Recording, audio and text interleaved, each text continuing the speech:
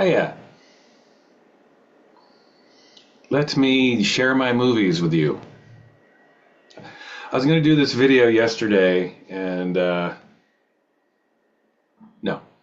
someone's calling me, and I have no interest in what they have to say. Um, yeah, I was going to do my movie video yesterday, and I decided to do a live stream, and that went okay. A couple people finally showed up.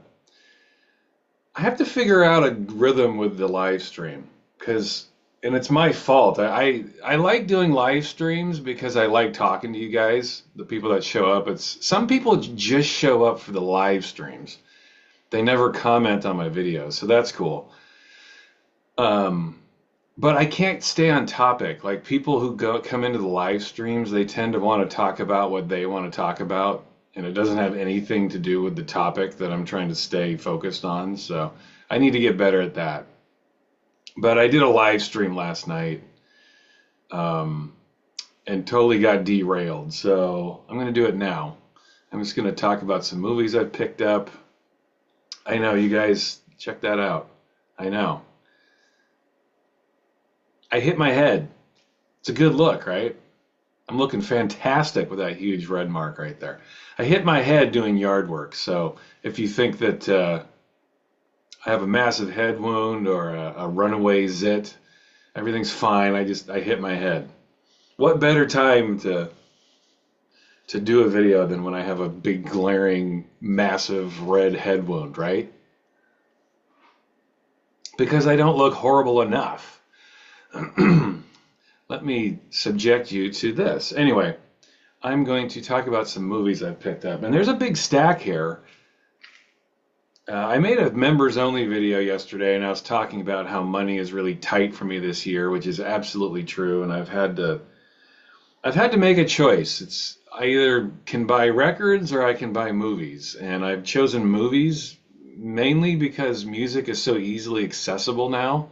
Doesn't matter how obscure or limited the record is, you can pretty much get everything on Apple Music now, which is super cool.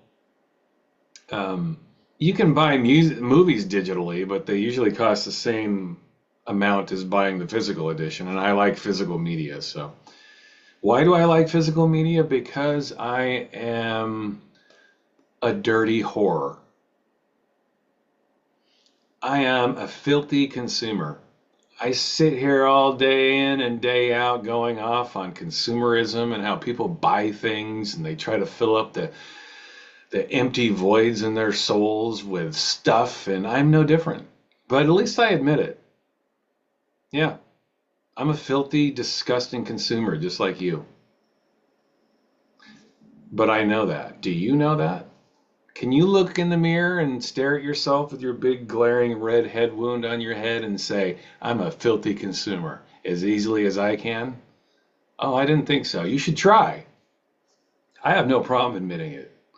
Buying things that I can scarcely afford and then showing them off on YouTube. All those things I complain about and all those things I hate seeing on YouTube, I'm going to go ahead and go forth and do the same fucking thing. Welcome to Occasional Feel Good. I have quite a few movies to talk about too. This is all like a collection of stuff I've picked up over the last 6 months. So you're going to see stuff ranging from the last 6 months. I bought quite a few movies. In fact, I have more than what I'm going to show here, but I pulled these out, I don't know, because they were on hand. So let's get to it, shall we? I'm going to show off some stuff I got. I'm going to start this video off with this. I just picked this up this week, and I was surprised how big it was. I already kind of regret getting it, but then I also love having it. I got this. As much as I hate supporting Amazon, this is an Amazon exclusive 4K box set of Scarface. It's kind of shaped like a humidor, but look at the size of this thing. I had no idea it was going to be like this, like it was a big box, and it's relatively thick. It's like a humidor, really. You get the T and the M, Tony Montana. It's Scarface. It dawned on me too, like I think this is like the 7th version of this I have. It's ridiculous. Did I tell you I was a filthy, dirty consumer? Well, I am.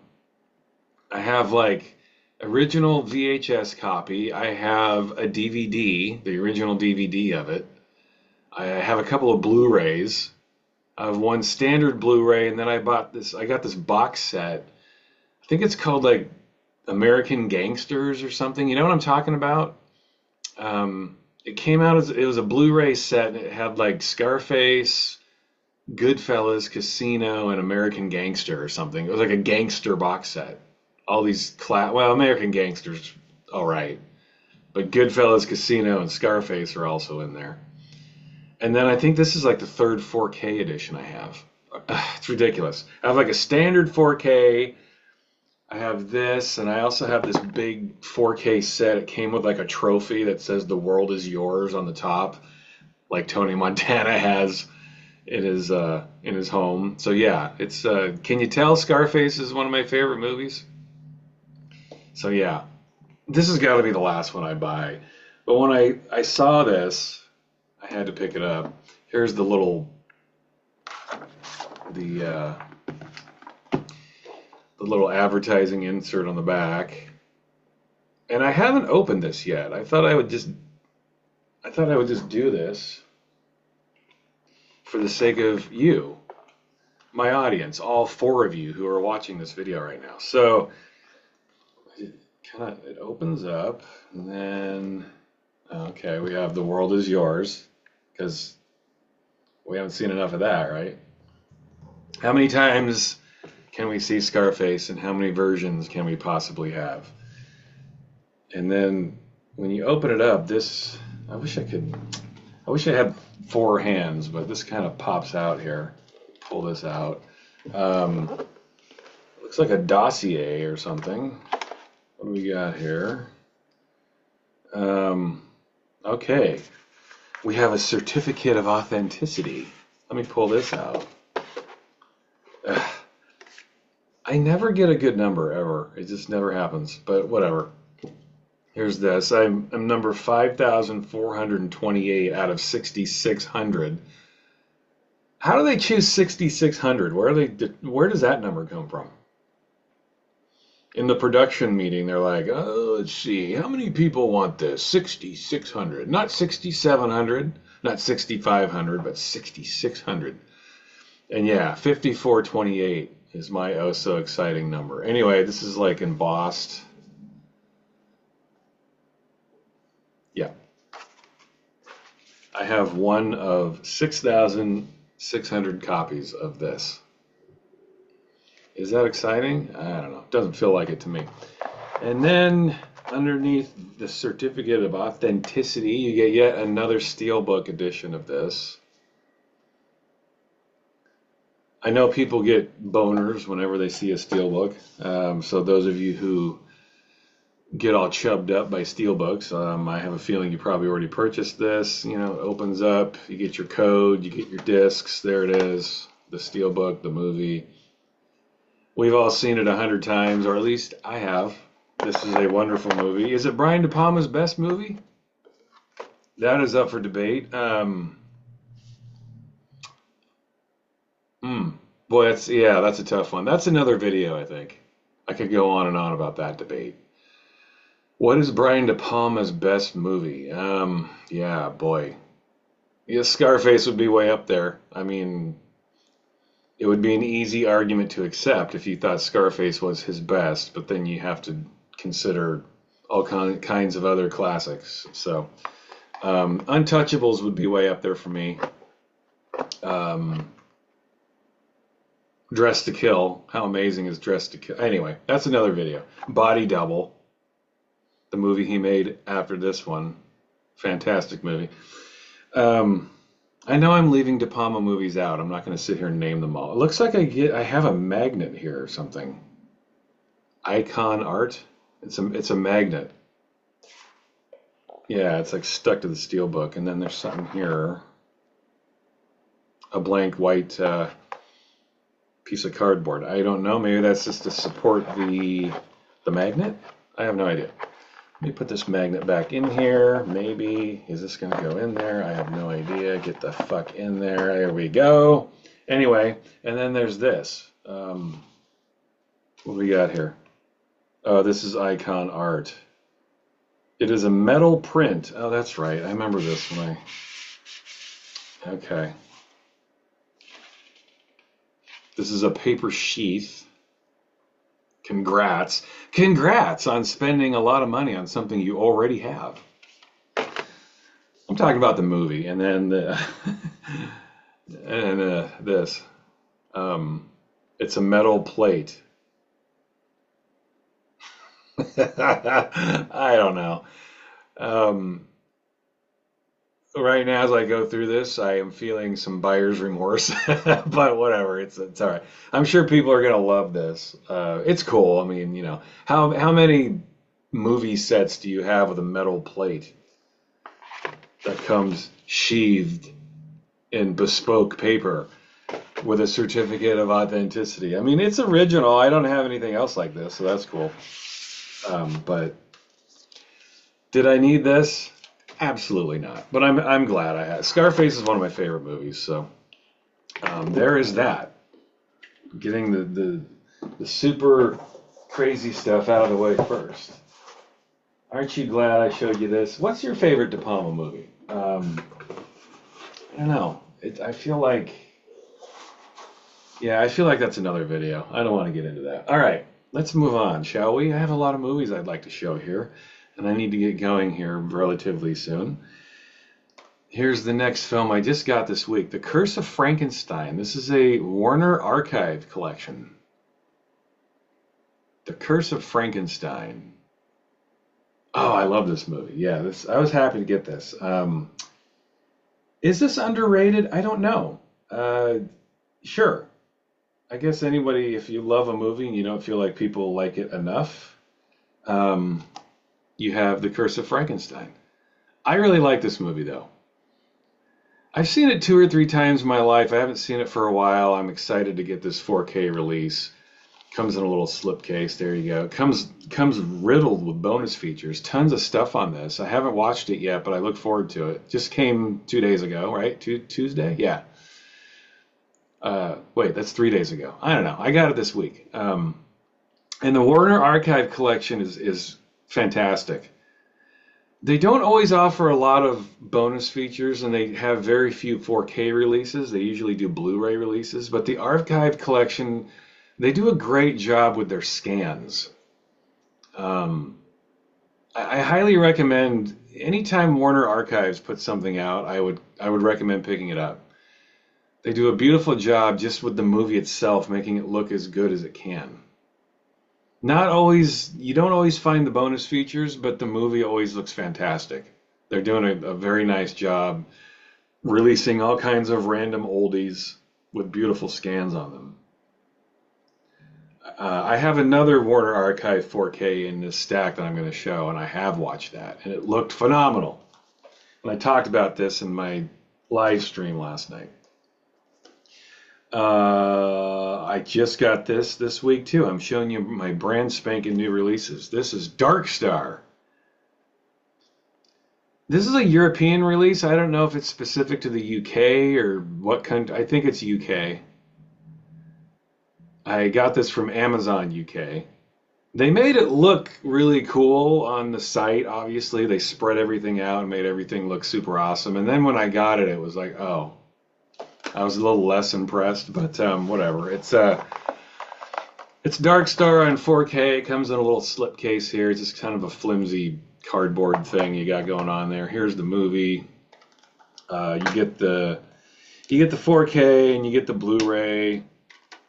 This is Region B, by the way. So you Americans who want this, obviously you can watch the 4K on any of your 4K players, but you'll need a region-free Blu-ray player to watch the Blu-ray here. So keep that in mind if you want to get this.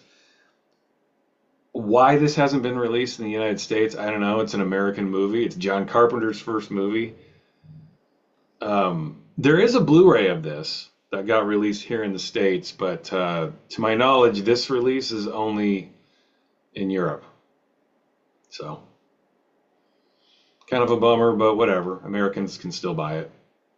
And provided you have the right equipment, you can watch the Blu-ray. There's no John Carpenter commentary on this. No archived Dan O'Bannon commentary. That's kind of surprising. John Carpenter does commentary on everything he does. So to not find it here, it's a little surprising, I guess. Whatever, it is what it is. And then comes with this little dossier type thing. I'll break it out. What do you guys think of Dark Star? Do you like Dark Star? I think it's a very cool, funny movie. If you're a Meat Beat Manifesto fan like I am, you certainly love Dark Star. I can remember listening to Satyricon in particular, and Jack Dangers sampled this movie all over the place on that album Satyricon. So if you like Satyricon and you've never seen Dark Star, you should watch Dark Star. You're going to hear a lot of lines that you've already heard. Anyway, comes with this little packet of postcards. I'm not going to break them out. They're wrapped, and I just don't want to break them out. But there's like, I don't know, there's like 7 or 8 postcards in here. So you get that. You get a poster. I'll show this. It's a double-sided poster. Dark Star. Dark Star.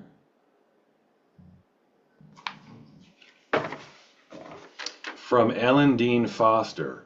First, 2001, A Space Odyssey. Then, The Poseidon Adventure. Now, Dark Star. Bombed out in space with a spaced-out bomb. Yeah. This is a fun movie, man. Goofy, funny.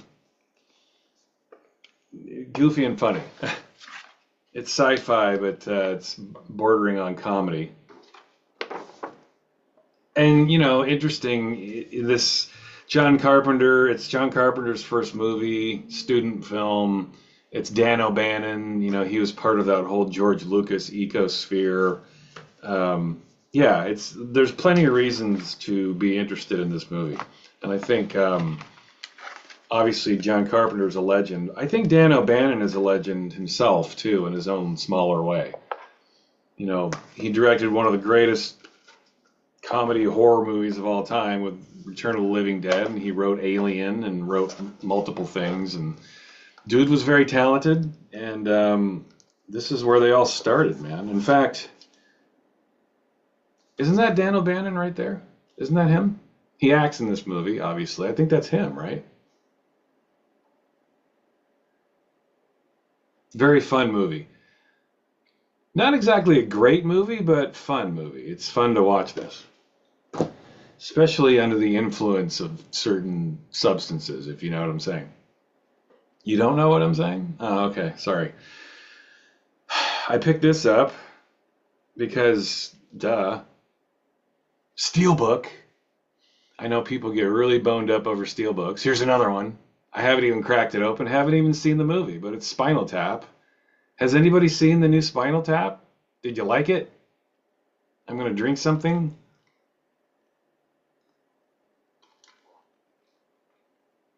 This is my own urine on ice. It's quite tasty. I'm going to let you guys believe that, just to make your mind race a little bit. Spinal Tap 2. Haven't watched it, but listen, it's Spinal Tap. How bad could it be? I'm guessing it's probably pretty good. Nowhere near as good as the first one, but obviously we all know that. Here, the total opposite side of that, here's one of the greatest movies ever made, in my personal opinion, One Flew Over the Cuckoo's Nest, and it is a steelbook, another steelbook. When people ask me what my favorite movies of all time are, this typically is one of the movies that flashes through my head. This is beautiful. I think most of you watching this will probably agree that this movie deserves to be toward the top of the list when you're thinking of greatest movies of all time. This is an amazing movie. And as I think about it,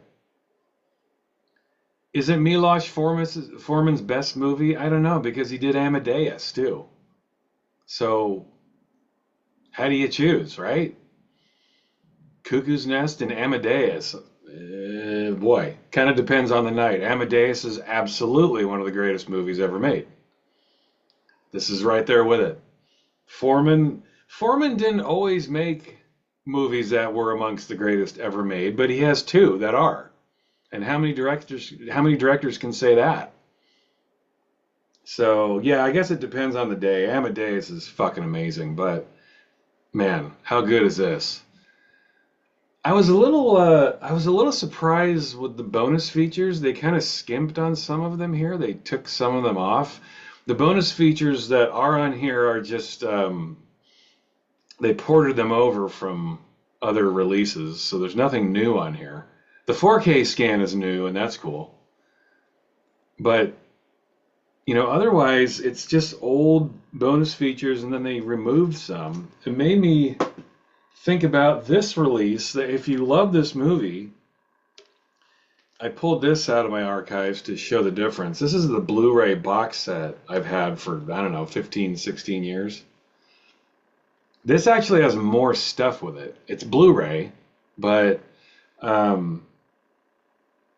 yeah, you get more features with this one. So I think if you love the movie, you're probably going to have both of these, right? But this is loaded, this Blu-ray edition. Here's the little card insert thing. Here's the back of the box. Why they couldn't do something like this with the 4K release, I don't know. I guess they just figure, hey, let's just put a steelbook in there and call it a day. But look at all this crap you get. And it's pretty solid stuff. I'll break this open. This is an old release, but whatever. Having picked up the 4K made me think of this. It comes in this little, this is the case basically, and it opens up. You get the movie. You get some stuff over here. Oh.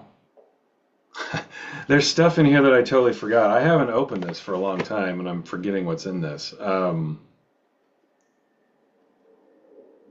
an old lobby card. Is this?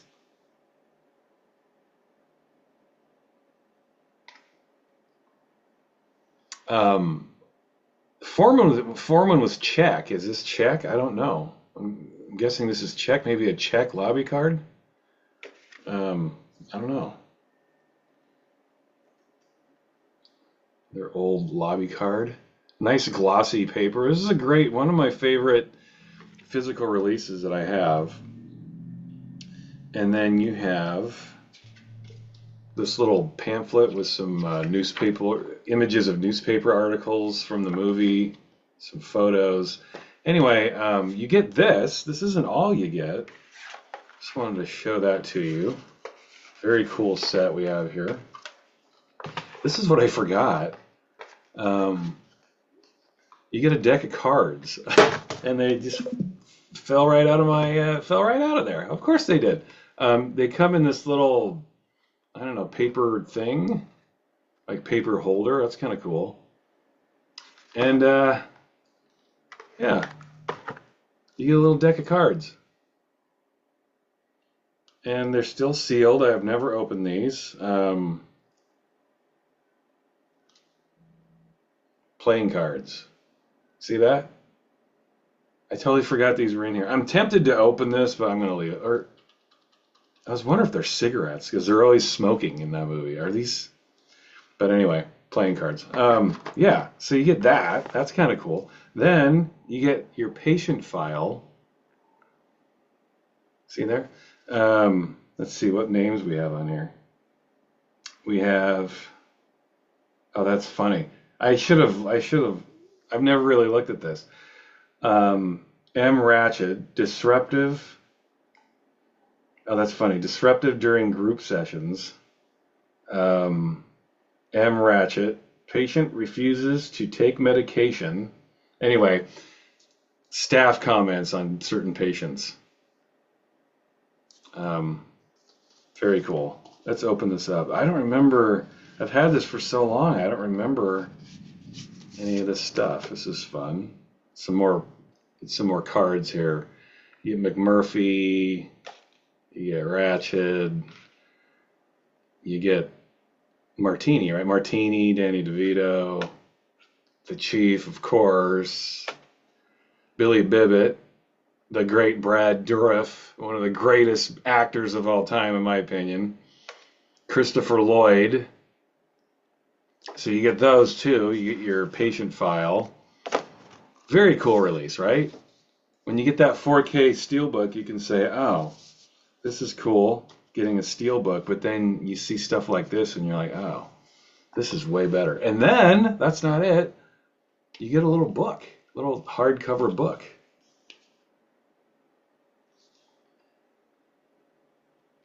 And it's not very big, more of a pamphlet than a book.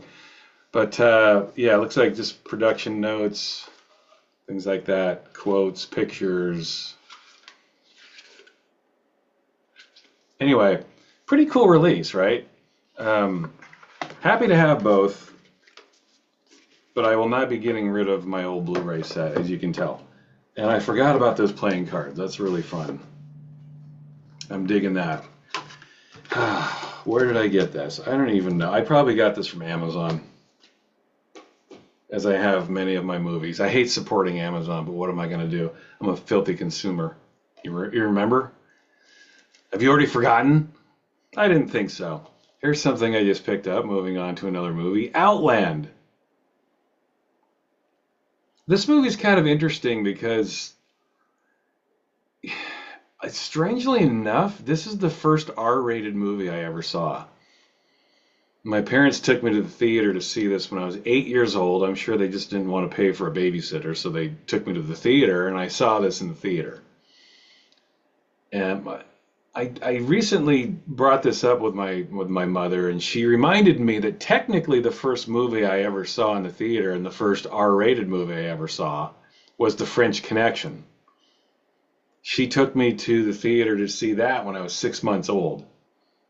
I'm sure the other patrons of the theater really appreciated that were sitting around my mother. I hope I was quiet at least. Don't you love it when you're in a theater and a mother brings their baby into the theater? Isn't that super thoughtful? Anyway, apparently The French Connection is the first movie I ever saw. But I was 6 months old. Guess what? I don't remember. This I remember. And this was, the way I remember it, this is the first time I ever saw violence in a movie, and it blew me away. It's the scene when the dude's head expands and then blows up. That's the first time, I know it sounds stupid, but that's the first time I ever experienced graphic violence in a movie. And it shocked me. I remember to this day, it was a very shocking moment, but then it also it definitely instilled this sense of curiosity. Like, wow, what was that? That was cool. How did they do that? So that kind of opened the door to my fascination with sci-fi and horror and gore and effects and things like that. It started with Outland. Kind of random, I know, but it's the truth. This is on Arrow. I haven't opened it yet. As with anything that comes out on Arrow, it's loaded with bonus features. Happy to have this. And I look forward to cracking that one open. Here is a great movie, in my opinion. Silverado. Here's the little card insert it came with. One of the greatest westerns, I think. Takes me back to my childhood. I saw this movie in the theater back when it was fun going to the theater, when the energy of the audience kind of fed off of each other. I can remember people watching this movie and laughing and hollering and laughing and yelling at the screen. And it's hard to explain if you weren't alive in the 80s, but seeing movies in the 80s was really fun. It was, people didn't have, I know I'm dating myself and I sound old, but whatever, it's true. When you went and saw a movie in the 80s, you didn't have cell phones, you didn't have any distractions, you just planted your ass in the chair and you watched the movie. You gave it your full attention. And so did everybody else in the theater. They were excited to be there. It was an event. And movies were different. They weren't all superhero movies. They weren't all virtue signaling bullshit. They were all a little different, with a little different nuances and different actors and different things to say. They're all very unique in their own way. And so when I watch Silverado, I think of that time, the mid 80s, and You could go to a theater and be transported to another time and really enjoy it and feed off the energy of all the people around you.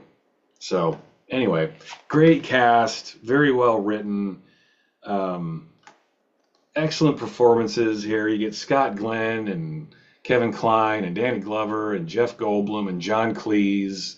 I mean, it's loaded with people. They're all really good. Brian Dennehy, excellent movie, Silverado. Takes me back to a much more fun time when it came to not just movies, but entertainment in general. You know what I'm saying? Here's something, Night of the Living Dead. And that's right, it's a steelbook. It seems like most things are steelbooks now. People love steelbooks. Apparently, this is out of print too. Liz, did you ever pick this up? Liz, somebody who watches my channel, she purchased this and she told me that it got damaged. She had to send it back. So I hope you got another copy of this, Liz, because apparently this is out of print and selling for more money than what I paid for it. Quite frankly, this is not a great movie. I never thought it was all that. It's all right. But I like supporting Tom Savini. This is Tom Savini's version of Night of the Living Dead. This isn't George Romero. This is Tom Savini. And I like supporting him. I think he's one of the most unique artists that we've had in the movie industry in forever. I deeply respect him, and I've watched, I think, every movie he's ever done effects for. I've watched every movie he's acted in, and I love Tom Savini, so I like supporting him. And hopefully you can find this, because, yeah, I guess it's already out of print. The 35th anniversary it is. Sound like Bigfoot there for a minute. 35th anniversary it is. Fuck you like a wild animal it is. Here's Meatballs. I don't know why I bought this. Well, I do kind of. I bought it from Lionsgate, and I was already buying another movie, and this came out at the same time, so I thought, well, let me throw Meatballs in the stack. Who cares? It's a lenticular cover. You see the little piece of wood moving there. I don't hate Meatballs, but I've never been a big fan of those late 70s, early 80s Bill Murray, Harold Ramis, Ivan Reitman movies. Stripes is in there too. I don't hate Stripes. I've seen Stripes a lot actually in my life. It used to be on cable in the 80s, and so I've seen it a number of times, but those comedies never resonated with me. It's like the same reason I never really liked Porky's. I feel like these movies, I've never really liked Animal House for the same reasons. I always felt like those movies were just filled with characters you don't like. A bunch of bullies, you know? It's hard to root for them. You know, they're a bunch of turds. They're a bunch of smug, smirking assholes. And it's just never easy for me to get into these movies. And that's essentially what Bill Murray played early in his career. He's just that smirking, smug bastard in all of his movies. I love Bill Murray, but I'm not such a fan of these early, like Caddyshack, Meatball, Stripes, that kind of stuff. Never been a huge fan of those movies. But having said all that, I picked this up anyway. I wanted to revisit it. Maybe I'm being unfair, but here it is, another steelbook, lenticular cover, slipcase. You get the steelbook inside. Bill Murray surrounded by hot pieces of ass. Switch it over, you get to see the backside of the hot pieces of ass. I don't know, are there people out there that love Meatballs? It's alright. I don't think it's anywhere near as great as people think it is. Feel the same way about Stripes. It's alright. Just, I lose interest in movies that are about people with no redeeming quality, really. You know, especially Stripes. Like, there's hardly anyone to root for in the movie Stripes. I mean, it's a well-done movie and it has moments of funniness, but sometimes the movie just doesn't work. It's got really good moments and really cringeworthy moments, and it was always like that. So, here's a movie I absolutely love, and I'm proud to own this, and it looks great in 4K. Aaron Brockovich. Absolutely love this movie. I'm not a big Soderbergh fan. I generally think that he's very overrated. I can't think of any movie of his that I've ever really loved other than this. And I think the reason this movie works so well is because of this woman, Julia Roberts. Julia Roberts just crushes this role. The role she was born to play, I think. She is so fucking good in this movie. When this movie comes on, I can't not watch it. I just kind of, I stop. I have to put everything down and just watch it. How do you guys feel about this movie? You like this movie? I love this movie. I've never owned a physical copy of this either, and this is loaded with a bunch of deleted scenes, like a good 20 minutes of them. And so it was really cool to see that. I just watched them this week. I've never seen them before. So to see all these extra scenes, you could see them being in the movie, but you could also see why they were removed. Really good release. It looks fantastic. Again, one of those movies that when it comes on, I can't stop watching it. Julia Roberts is so fucking good in this movie. Just, yeah, the role she was born to play. Slipcase, not a steelbook. Yeah, it's got some bonus features. You get a commentary, deleted scenes, like the stuff you wish, you hope you get. It's on here. I don't know if there's a documentary on here, is there? A little bit, a couple of featurettes. Definitely worth the money, I think. Love that movie. Here's another one of my favorite comedies of the 80s. And any of you who grew up in the 80s who liked comedies in the 80s, you will agree with me that this is one of the best. Better Off Dead. What can you say? To this day, John Cusack's greatest movie, which I don't think is saying a lot. I've never been a big fan of this guy. I can take him or leave him. But this movie, fan-fucking-tastic. Love this movie. Curtis Armstrong steals the movie, just like he does in every movie he's in.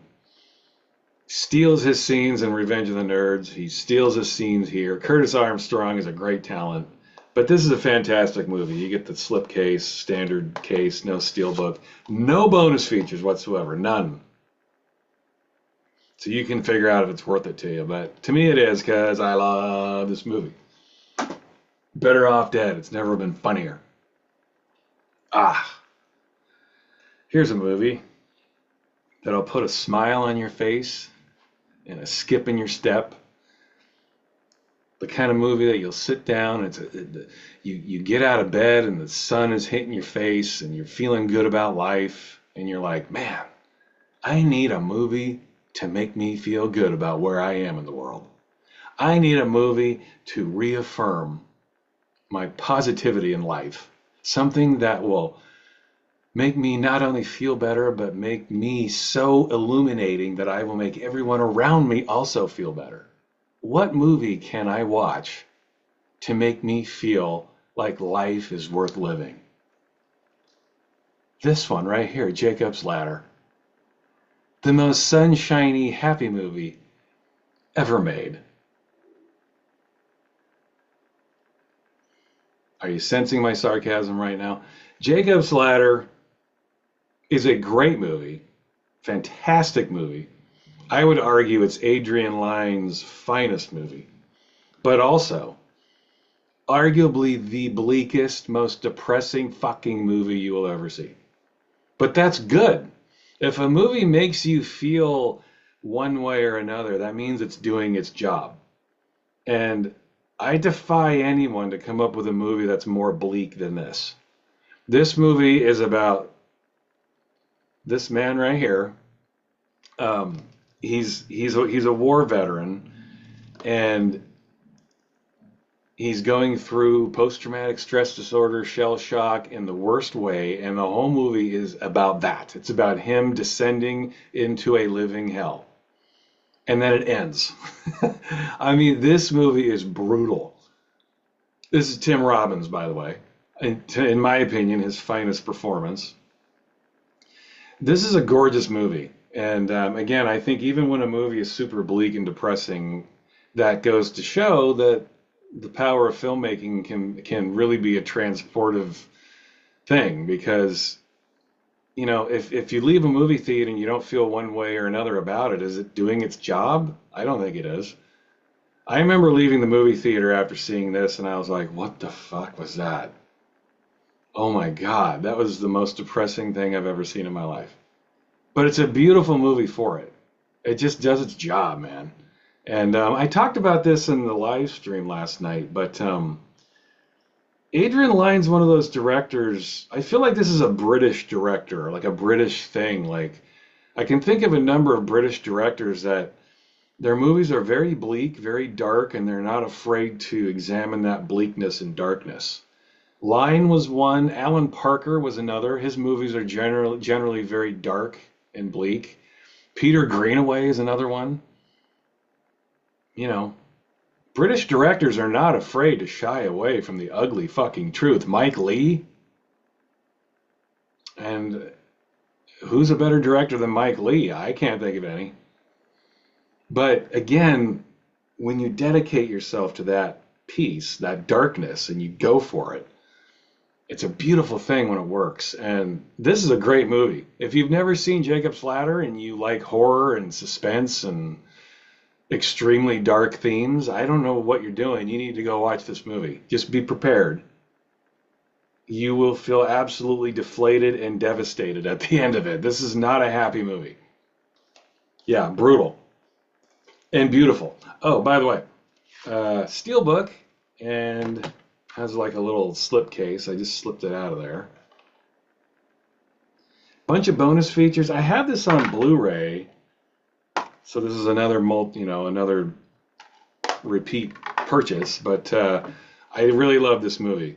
Let me put it back in its sleeve here. I stumbled upon this movie in the theater.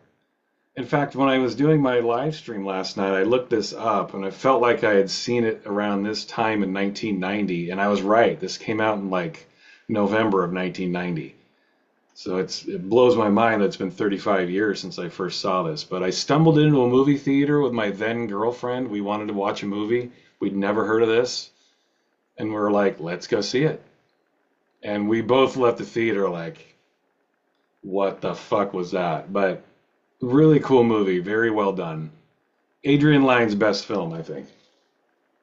And, I'm not discrediting his other films like Fatal Attraction or any of them. I think Fatal Attraction is a great movie too, also very bleak and dark.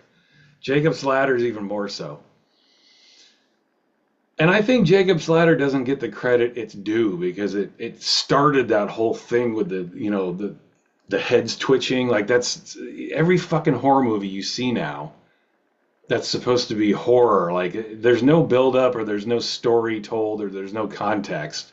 It's just people are sitting there twitching and it's supposed to be scary. Guess what? And you don't know this, you dickheads who love that kind of horror shit. It started here. This is the movie that started it all. You don't even know that, do you?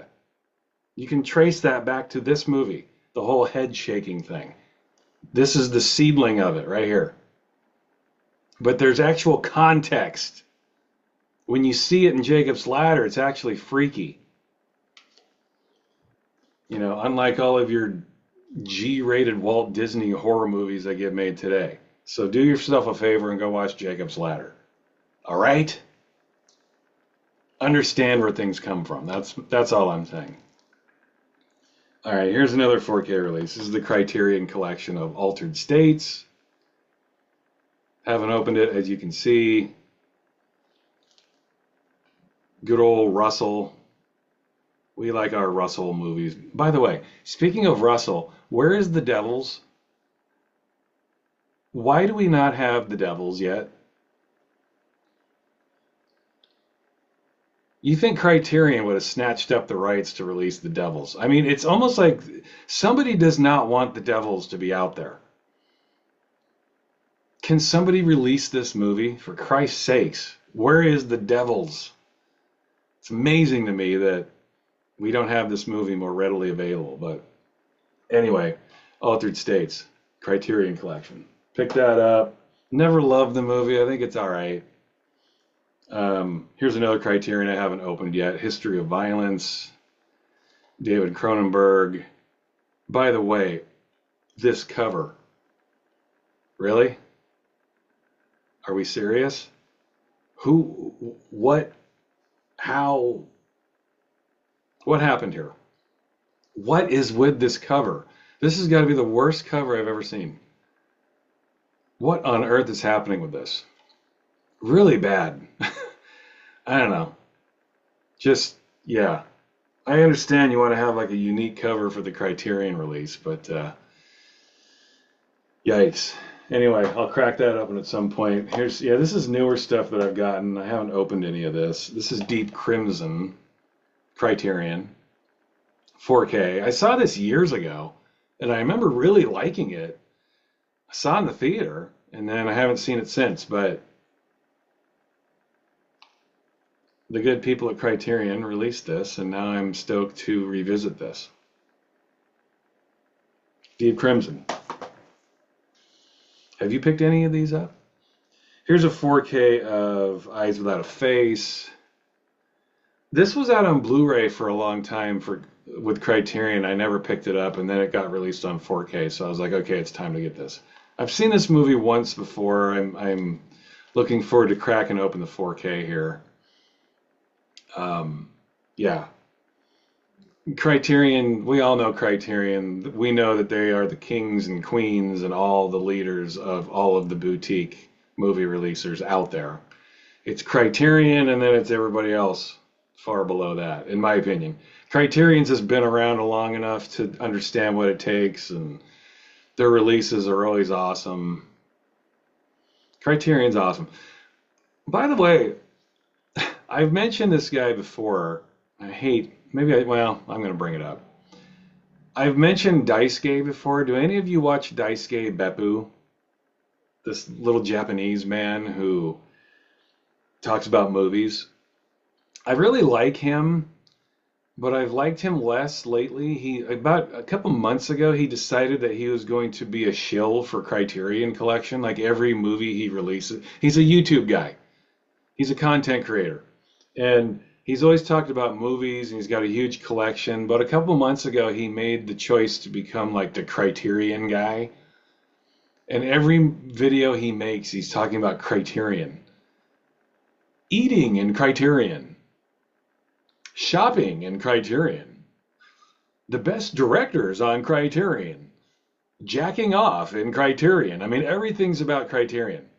He obviously watched some YouTube how-to video on how to monetize your channel more often or something. I don't know, but he's just become this shilling whore for Criterion. And what did Criterion do? They rewarded him by letting him into the Criterion Closet. Do you guys watch this series, The Criterion Closet, where they have famous people come in and talk about movies in the Criterion Collection? If you haven't, basically the Criterion Closet is this big closet where they have all of their stock in there, and you get to choose. They have famous people go in there and pick movies that they want to see or they want to take home or whatever. They let Daisuke in there. They didn't make a video with him for their channel, but they let Daisuke go in there and film the closet for his channel. So I don't know. I already was thinking less of Daisuke for being a little whore for Criterion, and now I think a little less of Criterion now. It's like, you're going to reward this little shill because he talks about Criterion obsessively, because he obviously wants something from you. You're going to let him you're going to throw him a bone and let him into the closet? And then there's a video of him he just posted. He's in the closet, and he's like, his mouth is wide open. He's like, oh, the history. Oh my God, I'm standing where a famous person once stood. It's like, dude, this is hard to watch. Is it that important? This is why I think social media is such a disaster. Like, are we that excited to stand in the air of where a famous person stood? Is it that big a deal to you? Famous people are just people, okay? Daisuke walks in there and he acts like he's walking on the fucking moon or something. Plus, Daisuke's collection is bigger than the fucking Criterion Closet. This guy's got every iteration of every Criterion release ever. He's got laser discs, VHS, DVDs, Blu-rays, 4Ks of the same movie. Criterion should be going to his closet. He's got more shit in there than Criterion does. It's just his phony awe It just comes off as so phony. Oh, this is where a famous person stood a couple days ago. All the famous people that have entered the closet. Edgar Wright farted here 3 days ago. Oh my God, the hollowed, flatulent halls of the Criterion Closet. Get the fuck out of here, man. Calm down.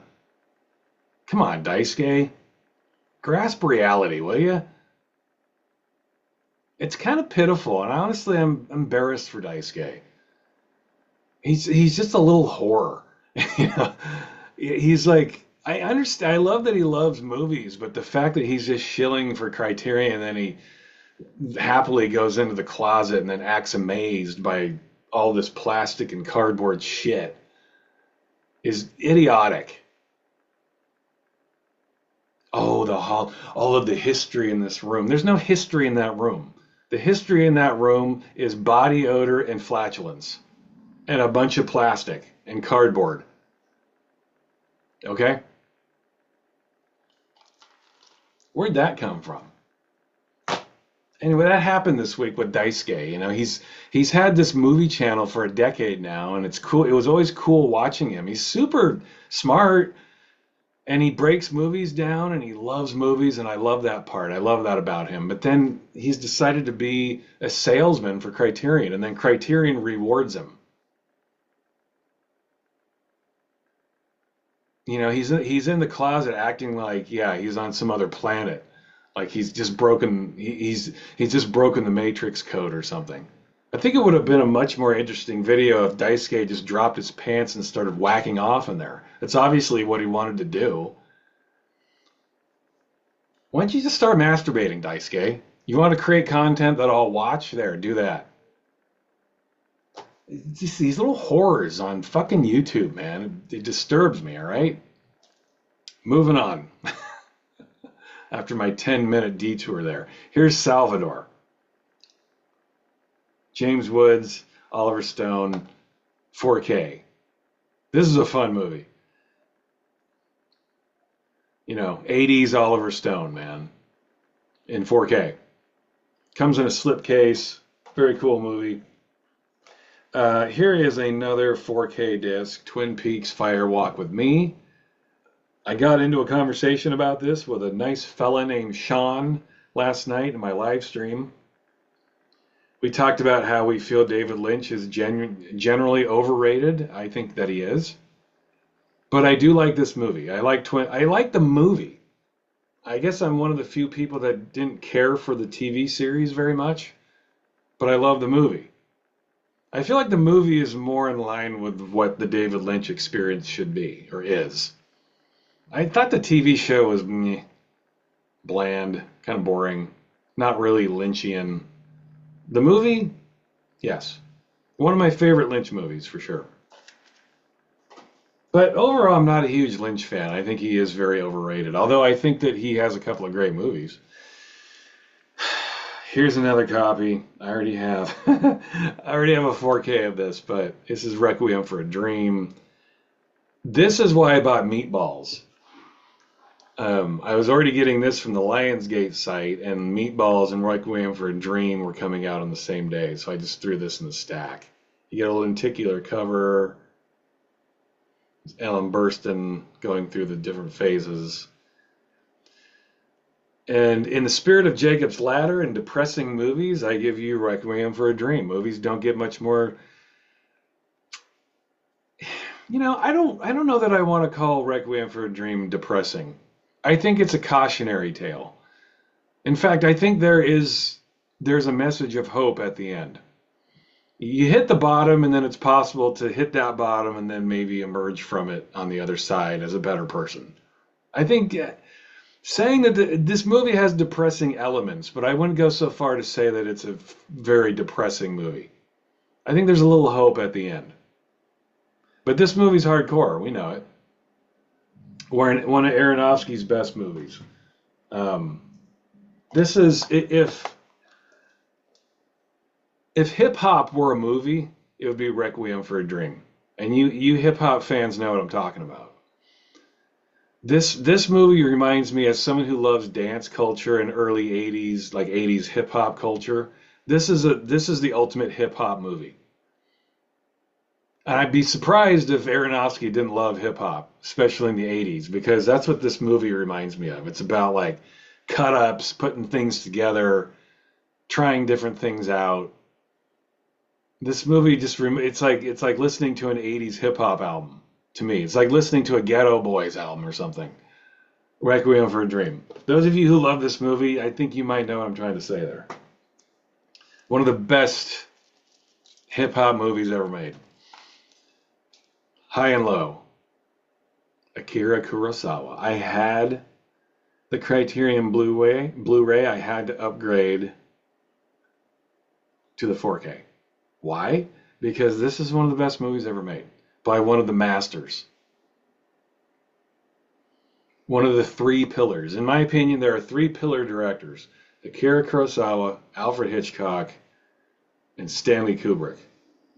The three guys that kind of laid the foundation for everybody else. High and Low is one of his best, I think.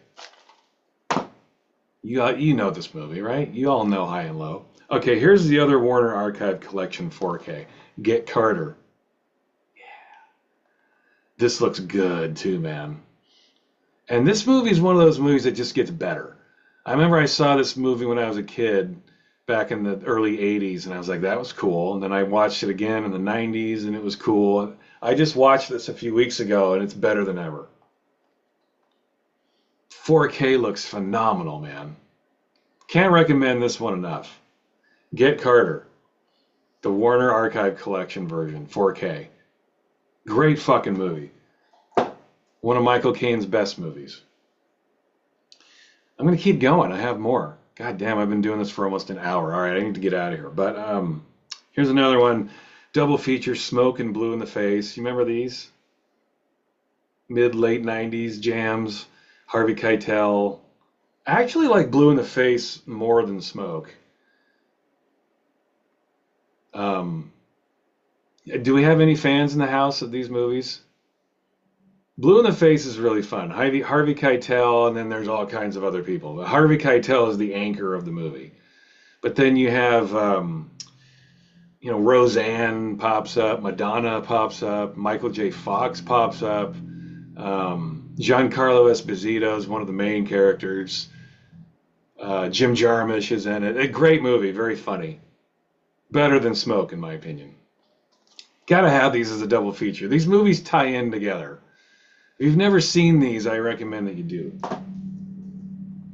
Here's some more Criterions I haven't had time to open yet. This is Flow. I haven't seen this yet. I really look forward to seeing it. It looks beautiful.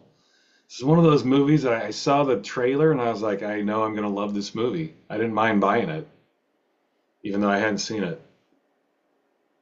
Flow. I just know surface level stuff about it. I need to find time to watch that thing. Yeah, I have a few more here, and I haven't had time to open any of these, but I know I love these movies. Here's Spinal Tap, the original Spinal Tap.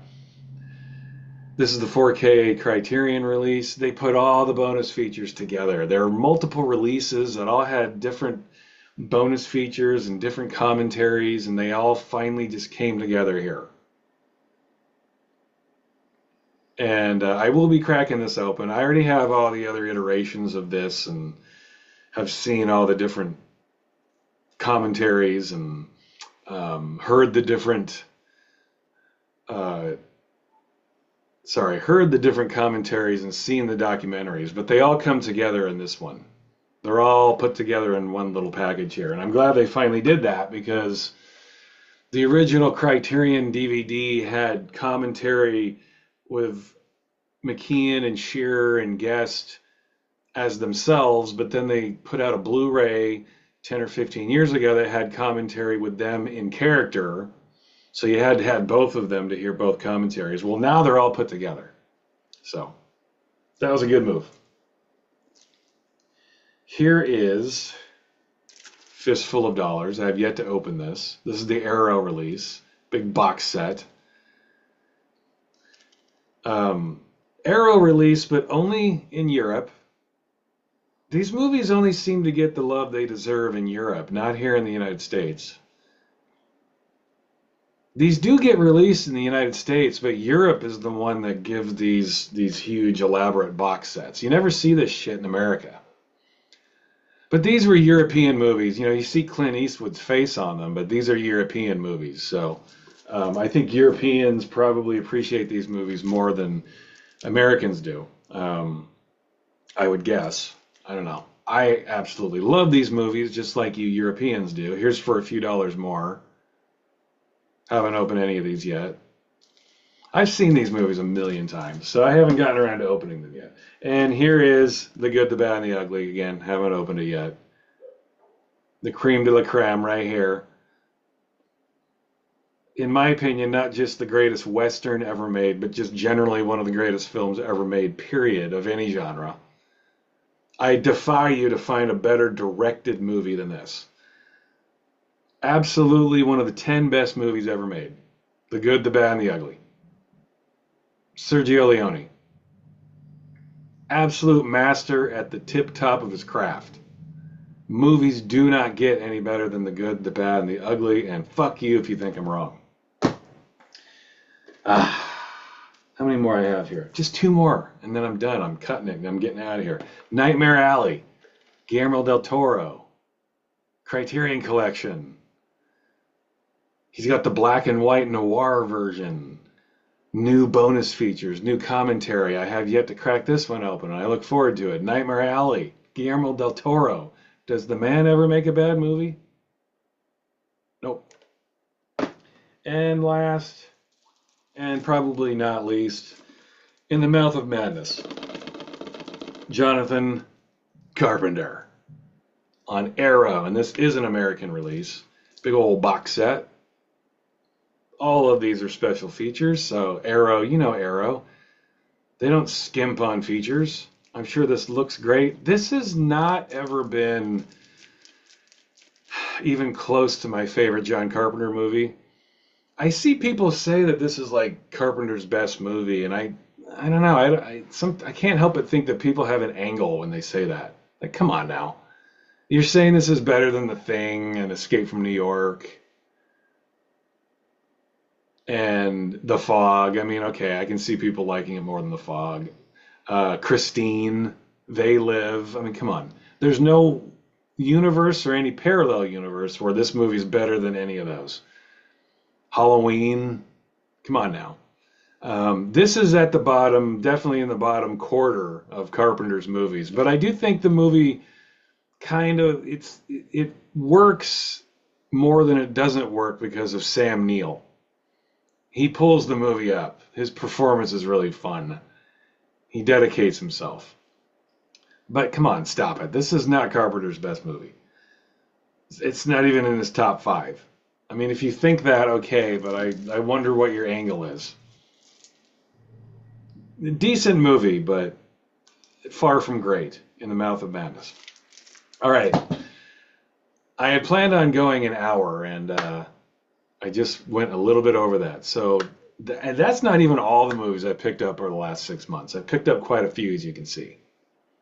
So, yeah, I hope you enjoy watching me drink my own piss. And celebrate me filling the void in my soul by being a pathetic consumer. And I know you do the same. Thank you so much for your support. And later.